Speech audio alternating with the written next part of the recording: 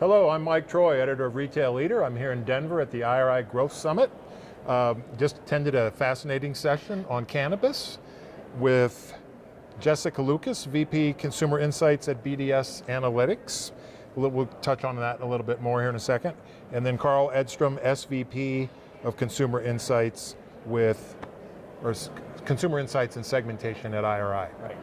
All right, so perfect topic. We're in Colorado. Cannabis is legal here. You guys are the leader in the space in terms of like analyzing the market. Touch on a couple of the top things that you wanted to impart to the audience there about what to expect as cannabis becomes more prolific, or maybe that's not the right word, but more common. Mainstream, and the impact on other categories. Yep. Yeah, so today, even in a fully legal market like Colorado, where we've been legal for over 5 years, we still only have about 30% of the adult population consuming cannabis. So I would say, to your point, it's still not mainstream. As that portion of the population continues to get bigger and bigger with greater awareness, better policy and regulations, more people are going to consume cannabis.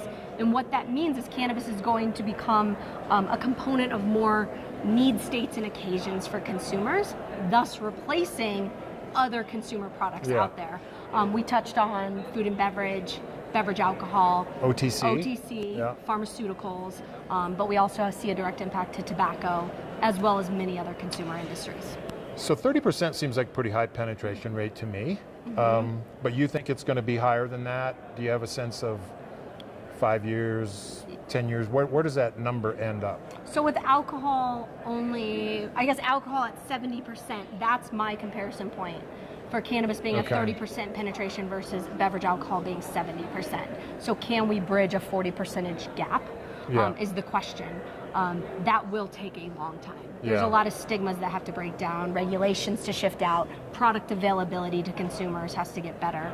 But that growth rate, there will be growth over time. Well, it's just how long will it take? Right, and you also have to consider the fact that people are using cannabis for a variety of purposes.